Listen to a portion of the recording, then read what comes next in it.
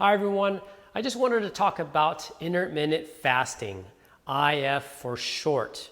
And I wanted to talk about the impact on a person's hormone levels, because as you change someone's diet or you eat different foods or you change the timing of foods, you can change the person's physiology in the context of their hormones. So with intermittent fasting, IF, the classic protocol is 16 hours of fasting and then 8 hours of a refeed. So that would be someone stopping their dinner at 8 o'clock and then not eating until 12 o'clock the next day. That would be the 16-hour fasting window, and then the 8-hour refeed from 12 to 8 o'clock.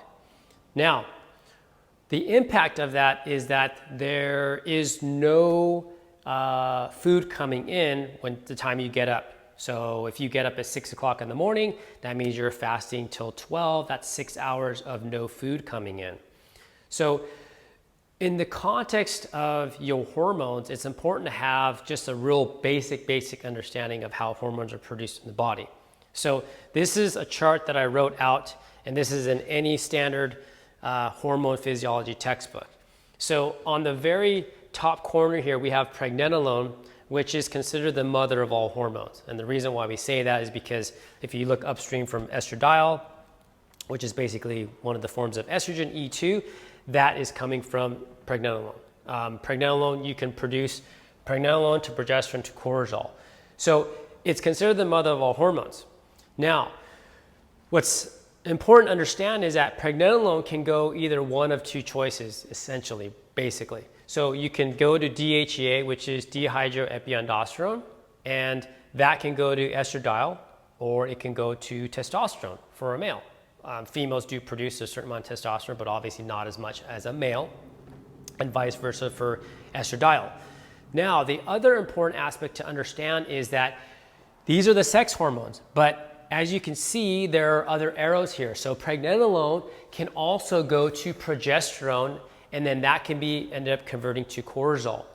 So what's important to understand here in the context of intermittent fasting is that cortisol is a hormone that's produced when your blood sugar becomes too low. So when you wake up in the morning at 6 and then you don't eat anything till noon, your cortisol levels are going to go up naturally. And they are elevated as well, but they will be abnormally elevated throughout the morning when they should actually be technically slowly dropping through the day.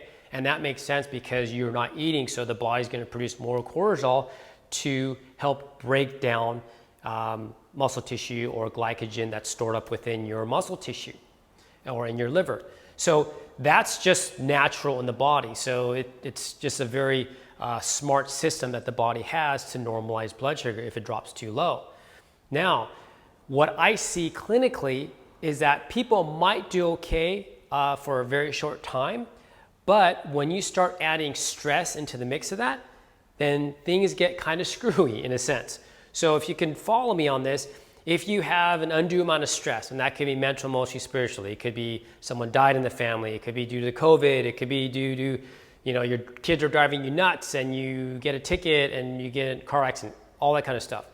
So what's going to happen is preferentially the body thinks that the tiger's chasing you. So the pregnenolone is going to be shunted into producing progesterone and then converting into cortisol because it's handling that immediate threat, that stress.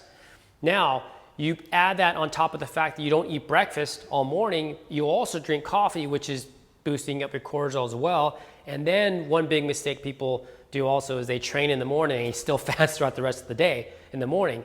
So that raises cortisol even more. So what tends to happen, it may not happen immediately, but over time, as people continue that routine, all this pregnenolone, that should be going to producing DHEA, producing some of your estrogen, to producing some of your testosterone for a guy as well as a female. It just doesn't happen. I mean, I'm just blocking it. It doesn't happen because everything is going towards progesterone to cortisol to handle the stress. So at one point, for a lot of people, they do intermittent fasting. They're like, oh my God, I haven't had my cycle for 2 or 3 months now at a time, and this is not normal. Or for males, they start to notice that their testosterone levels are going lower. They're not feeling as good. People feel moody, they feel anxious. All these types of symptoms come into play. So if you are experiencing that, intermittent fasting is probably contraindicated for someone that has hormonal problems, or in the long run can create hormonal imbalances. So hopefully this explains to you how intermittent fasting can be a problem for your hormones. Until next time, eat well to feel well.